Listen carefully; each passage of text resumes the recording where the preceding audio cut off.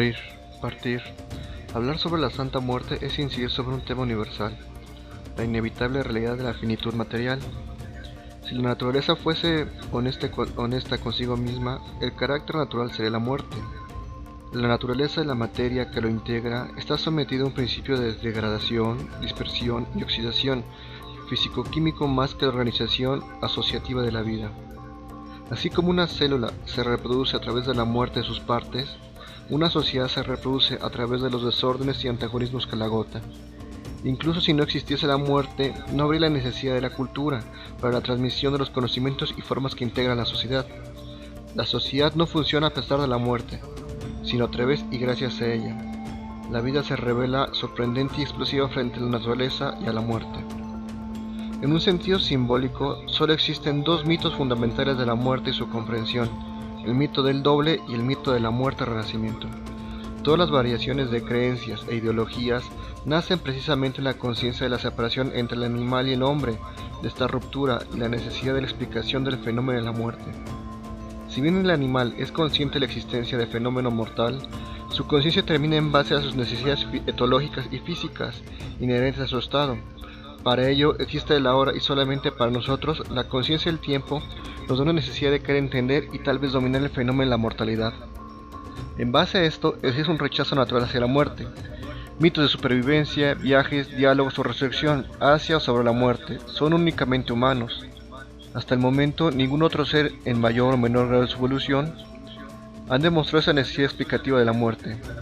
Una de las características que nos diferencia y antropológicamente nos permite empezar una diferenciación entre el dominio superior, de la cual los arqueólogos vivimos, es precisamente la existencia de elementos y registros físicos que muestran una ocupación del hombre sobre el tema de la muerte y un posible más allá: los entierros y las tumbas. Es a través de los funerales que se empieza a institucionalizar la muerte. Se refleja en ellos las perturbaciones profundas que produce el fenómeno de la mortalidad, así como tal vez la trascendencia en mayor o menor grado de tiempo. Es en este aspecto que la muerte necesita una representación, siendo esta antropomorfa o zoomorfa. La muerte, para ser comprendida y asimilada, ha sido iconizada a través del tamiz cultural.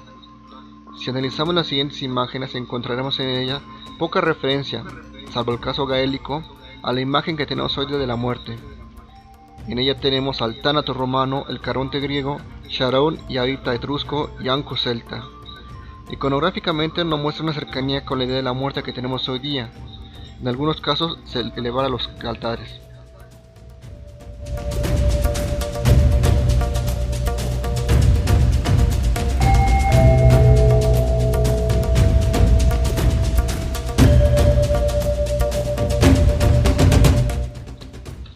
Histórica y culturalmente, el tema que nos atañe hoy es, de acuerdo a las investigaciones de Malvido, Perdigón, García Zavala y Gil Olmos, son dos las fuentes de las que bebe y una extra de la cual el proceso ritual tiene una cercanía y este sincretismo: la raíz indígena, la raíz europea con los libros del Buen Morendi, las danzas macabras y las procesiones del Santo Entierro con la muerte triunfante, y finalmente las religiones yorubas y bantús como la regla Osha Ifa y los diversos palos.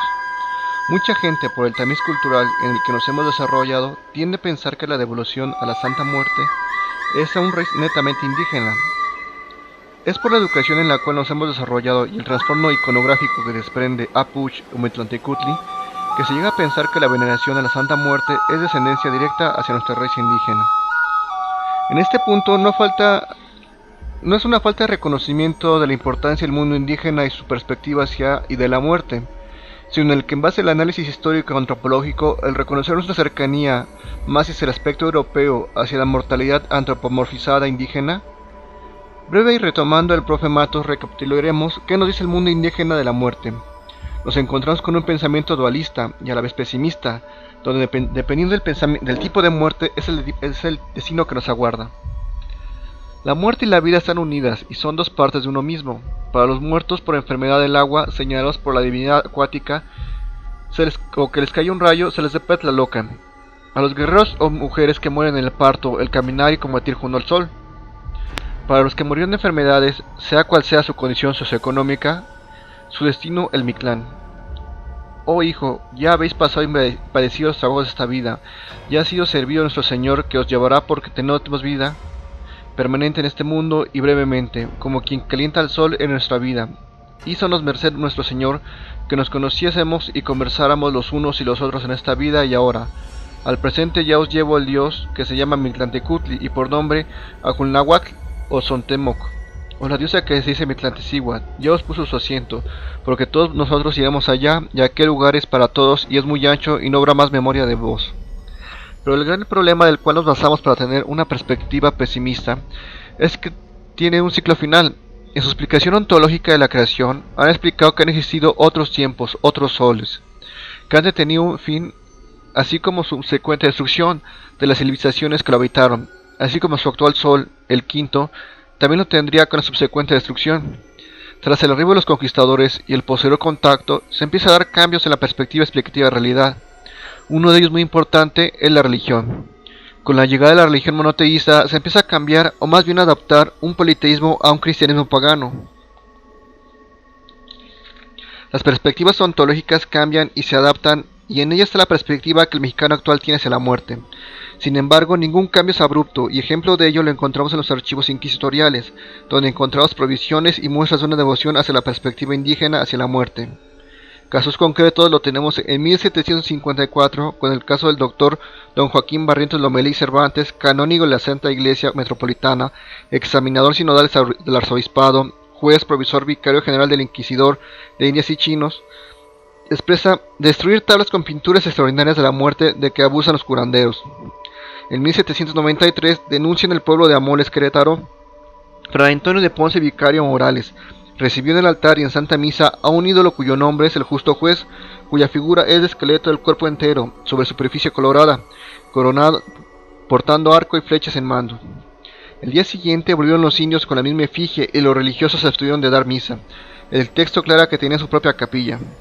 En 1797, San Luis de la Paz, en la noche se juntan en su capilla para beber peyotes, enloquecer y privarse de los sentidos, encienden velas, voltean al revés y otras teñidas de negro. Bailan muñecos entampados de papel, azotan Santa Cruces y una figura de la muerte que llaman Santa Muerte. La amarran con un mecate nuevo, mojado, amenazándolo con azotarla y quemarla si no hace el milagro. En la declaración de María Teresa de Jesús Ramírez, es notorio el abuso que tienen de amarrar a la figura de muerte que ellos tienen para hacer el daño a alguna persona. Figura que le llaman Santa Muerte, le ponen un bastón en las manos, diciéndole que si no le dan aquel bastón al gobernador, que ha de suceder, le han de azotar y quemar, no queriendo que recaiga en ningún otro individuo el bastón. Los interesados en el tema de la Santa Muerte hemos tratado de buscar o encontrar referencias donde hallamos un horizonte más cercano, de donde la devoción hacia la muerte de un trasfondo de una perspectiva indígena a una mestiza actual. La referencia escrita más antigua la encontramos en un libro polémico, en su momento, Los hijos de Sánchez. Producto de la corriente de la antropología y la pobreza, en ella Oscar Luis nos enseña el uso de la muerte iconizada como una herramienta para auxiliarse de forma simbólica en situaciones de riesgo. En la casa de madera y adobe de la tía Carmela Ramírez, que se extravía entre los laberintos de la colonia Pensil en el Distrito Federal, el primo de Arturo, un raterillo de poca monta al que gustaba fumar marihuana, pues esta, según él, lo hacía saltar bardas de 2 metros de altura, mientras la policía lo perseguía, comenzó a llevar una estampa en la que se veía la imagen de un esqueleto cubierto con un sayal, portando una guadaña en la mano. A esta imagen se le encomendaba a Arturo para que no le pasara nada. El fenómeno tal como lo conocemos está ya a finales del siglo XX y principios del XXI, explicado y entendido dicho auge e interés en la Santa Muerte, siendo su origen más bien ligado a un entorno bravo, agreste y difícil como es la pobreza. Llama la atención que hoy día capas o estratos que poco o nada tienen que ver con ella la tengan en devoción o interés. A causa de la crisis económica del 94 del siglo XX y las diversas fluctuaciones económicas que ha hecho más estrecho la capacidad adquisitiva del mexicano, reduciendo la clase media y por ende obligando a diversos estratos socioeconómicos de México a buscar una herramienta, aunque sea en este caso simbólica, a la solución de paliamiento de sus problemas, siendo la muerte, como la gran igualadora, el único fenómeno del cual nadie, por su origen o capacidad económica, puede escapar.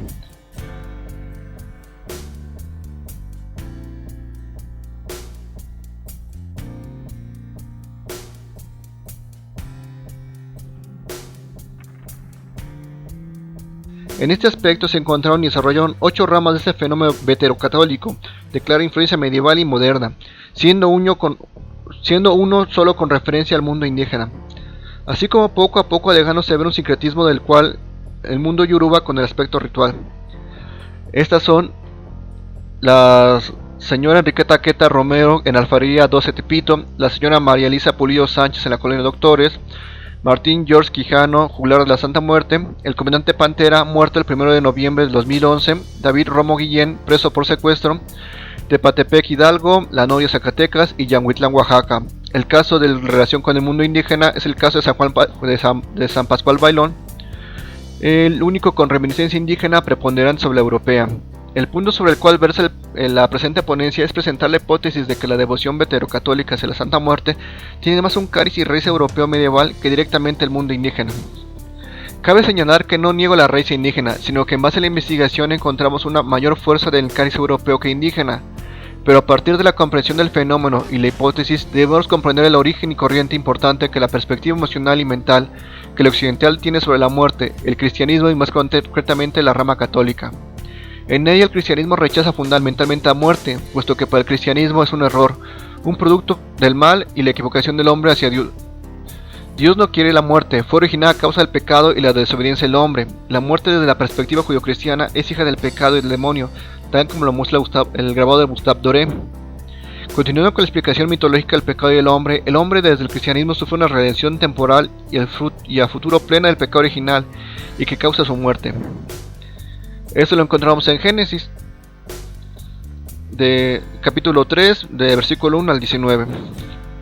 Pero la serpiente es astuta, más que otros animales del campo, que Jehová Dios había hecho, el cual le dijo a su mujer, con que Dios os ha dicho, no comáis de todo árbol del huerto. Y la muerte respondió a la serpiente, del fruto de los árboles del huerto podemos comer, por el fruto del árbol que está en medio del cuerpo, dijo Dios, no comeréis de él, ni le tocaréis para que no muráis. Entonces la serpiente dijo a la mujer, no moriréis, sino que sabe Dios que el día que comáis de él será abierto vuestros ojos y seréis como Dios, sabiendo el bien y el mal. Y vio la mujer que el árbol era bueno para comer y que era agradable a los ojos, y el árbol codiciable para alcanzar la sabiduría, y tomó de su fruto y comió, y dio también a su marido, el cual comió así como ella. Entonces fueron abiertos los ojos de ambos y conocieron que estaban desnudos, y entonces cosieron hojas de hierba y se hicieron delantales. Y oyeron la voz de Jehová Dios que se paseaba en el huerto, el aire del día y el hombre. Y su mujer escondieron en presencia de Jehová Dios entre los árboles del huerto. Mas Jehová Dios llamó al hombre y le dijo, ¿dónde estás tú? Y él respondió, oí tu voz en el huerto y tuve miedo, porque estaba desnudo y me escondí. Y Dios le dijo, ¿quién te enseñó que estabas desnudo? ¿Has comido del árbol que yo te mandé? ¿No comieses? Y el hombre respondió, la mujer que me diste por compañera me dio del árbol y yo comí. Entonces Jehová Dios dijo a la mujer, ¿qué es lo que has hecho? Y dijo la mujer, la serpiente me engañó y comí. Y Jehová Dios dijo a la serpiente, por cuanto esto hicieses, maldita sea entre todas las bestias y entre todos los animales del campo, sobre tu pecho andarás y polvo comerás todos los días de tu vida. Y pondré mi simiente en ti la mujer y en tu simiente y la simiente suya, y ésta te herirá en la cabeza y tú le herirás en el calañar. A la mujer dijo, multiplicaré en gran manera los dolores de tu preñez, con dolor darás a luz de los hijos, y tu deseo será para tu marido, y él se enseñoreará sobre ti.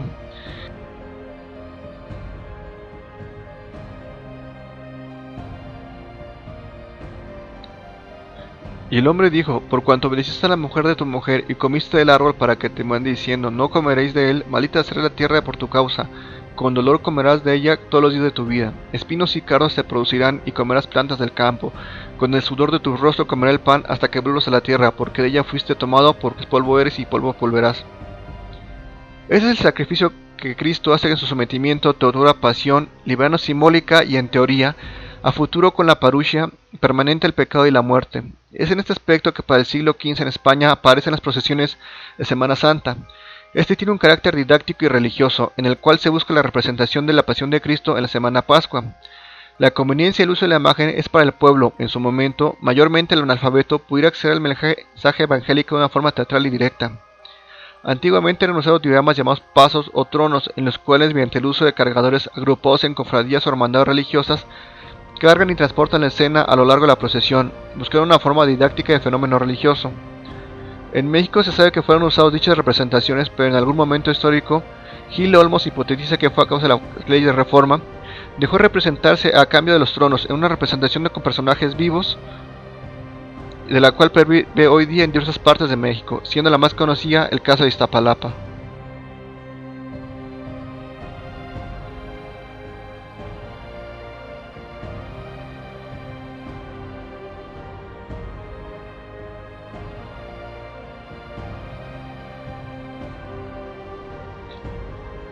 Dentro de los pasos o tronos que se encuentran en la representación de la Semana Santa, se encuentra uno que varía un paso con su nombre.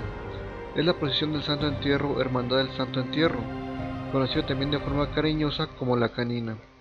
Este trono pervive en Sevilla, Salamanca, Cádiz y Borja.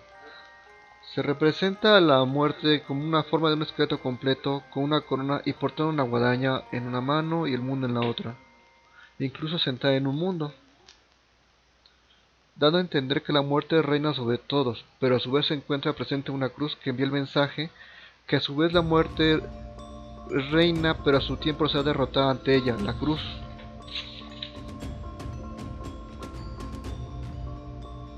La cofradía que la tiene a su cargo cobró auge en el siglo XVI al XVII, instituyéndose su capilla en 1601 en el Colegio de San Laureano.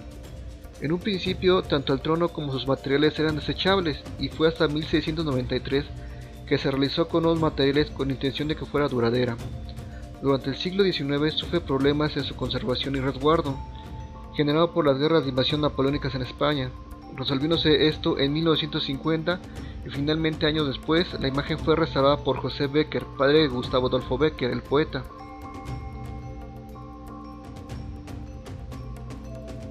De acuerdo a la investigación de Gil Olmos, la familia Hernández de descendencia otomí relata que es una herencia de nuestros bisabuelos. Lo único que sabían los miembros de esta familia eran que en Semana Santa los bisabuelos sacaban el esqueleto en procesión, coronado y con una guadaña, sentado en un carrito color guinda cuyas ruedas eran de madera. Todo esto viene relatado en La Santa Muerte de José Gil Olmos del 2010 en la página 65. La relación entre la muerte y la sociedad y el cristianismo no solo descansa ahí. A causa de la peste del siglo XIV nace un género artístico alegórico, la danza macabra. La danza de la muerte es básicamente un diálogo representable, muy usado en teatro, cuyo tema gira en la universalidad de la muerte. Los personajes son reyes, obispos, labradores o ladrones. Todo el mundo puede ser usado en estos diálogos y representaciones que tienen variaciones, pero su punto central gira en torno a la universalidad de la mortalidad. Aunque su entorno es sombrío y mórbido, generalmente tiene un final o guía burlesco. Hasta el momento no he encontrado referencias o representaciones de danzas macabras en la época virreinal, pero no sería descartable su uso, puesto que al igual que los tronos tiene un carácter didáctico y puede ser moralmente atractivo. En época moderna ha habido 3 representaciones de danzas macabras y un trono danza macabra en México. El 26 de septiembre del 2012 en el Panteón San Fernando de la Ciudad de México, el 2010 en la Colonia Floresta de los Reyes La Paz, Estado de México, la representación de Semana Santa, hubo un trono danza macabra, y el 15 de octubre del 2008 en marco del Festival Cervantino. Ejemplos de estos pueden encontrarlos en este mismo canal, donde tenemos imágenes y videos de esas representaciones de danzas macabras. La influencia de las danzas macabras es tal que no solo hay versiones teatrales o dancísticas, sino también en la literatura. La mayor referencia la encontramos en la portentosa vida de la muerte emperatriz de los sepulcros, vengadora de los agravios al Altísimo y muy señora de la humana naturaleza, de Fray Joaquín de Bolaños. También en obras de Alfonso de Valdés, Barca de Gloria, Luis Hurtado de Mendoza, Lope de Vega, Calderón de la Barca, Quevedo y Cervantes. Llega a ser utilizada en mayor o menor medida. También hay muestras de influencia en la música y en la arquitectura. Musicalmente, muy posteriormente, para el 1874, Camille Saint-Saëns compone Danse Macabre Opus 40, siendo la más conocida de sus obras. Arquitectónicamente, el ejemplo más visible lo encontramos en la Capilla de los Sabios de Seldec, en República Checa. Pero el caso que nos atiende en la presente ponencia es el pictórico, donde hay 2 ejemplos de danzas macabras en México sobrevivientes hoy día. Una en un espacio público y posiblemente usada como modelo didáctico en el convento agustino de Huatlaca, Puebla, y otra en el área meditativa y reservada en el convento agustino de Malinalco. Ambos analizados y explicados por José Alejandro Vega Torres y Hortensia Rosquillas Quiles.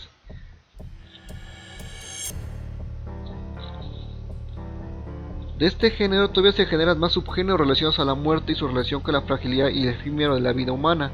Tenemos para el siglo XIX el Vanitas Vanitates, basadas en Eclesiastes 1, capítulo 1, versículo 2, Vanitas Vanitatum Omnia Vanitas, en el Memento Mori. Pues pictográficamente da pie al triunfo de la muerte, un subgénero abordado Piet Burgel el Viejo, Lefred Lupier, Francesco Traini, Buonamico Bufalco, Giacomo Burlone de Buschi y Hans Hogel el joven.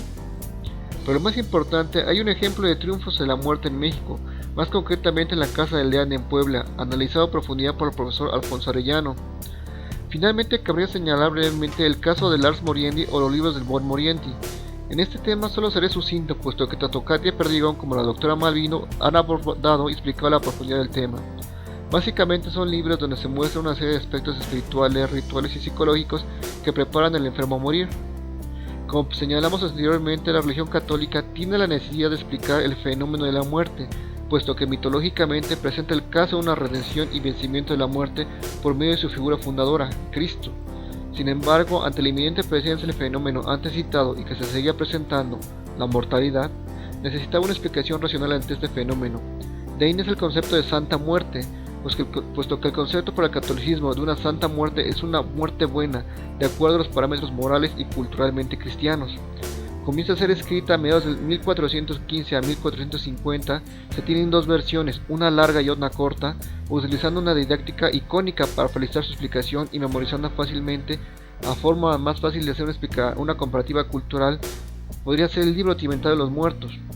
El primer capítulo es la explicación del lado positivo de la mortalidad y una consolación. El segundo capítulo es un resumen de las 5 tentaciones del hombre moribundo y cómo evadirlas y combatirlas. El tercer capítulo son las 7 preguntas que debe hacerse al moribundo y nuevas consolaciones. El cuarto es una invitación a la imitación de la vida de Cristo. El quinto capítulo está dirigido a los amigos y familiares, marcando las pautas de comportamiento ante la muerte del familiar. El sexto son las oraciones adecuadas para el difunto. Incluso hay muestra de influencia de la cultura popular en canciones como la de Delgadina, de Oscar Chávez. Le fueron a dar el agua, Delgadina estaba muerta, con sus bracitos cruzados y con su boquita abierta. La cama de Delgadina de ángeles está rodeada, la cama del rey su padre de demonios apretada.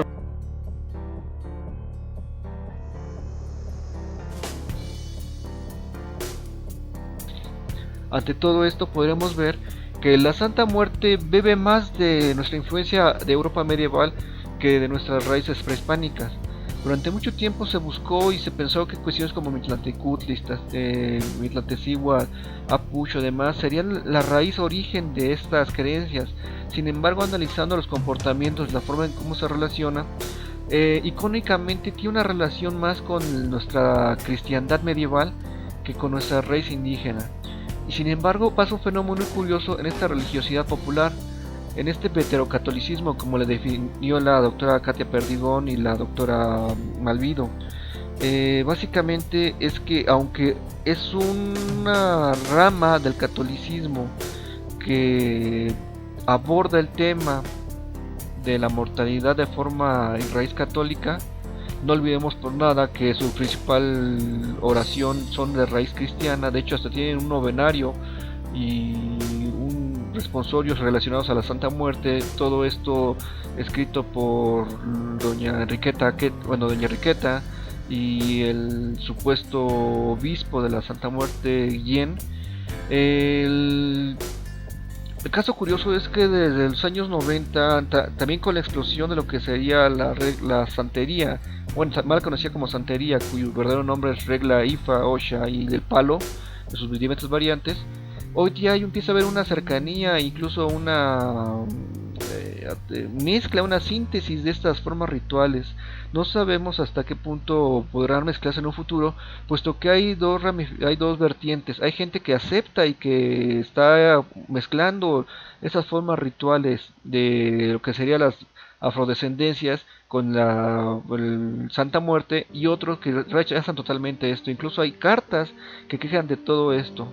Sin embargo, como podrán ver en las investigaciones de un colega en esta misma mesa, el tema es que hay un sincretismo, pero bueno, es lo interesante futuro en estos temas de la humanidad y la antropología, que es que el ser humano siempre nos revela como alguien sorprendente.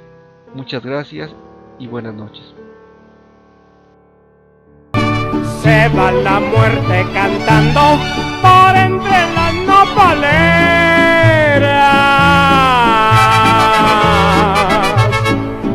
que quedamos pelona, ¿me llevas o no me llevas?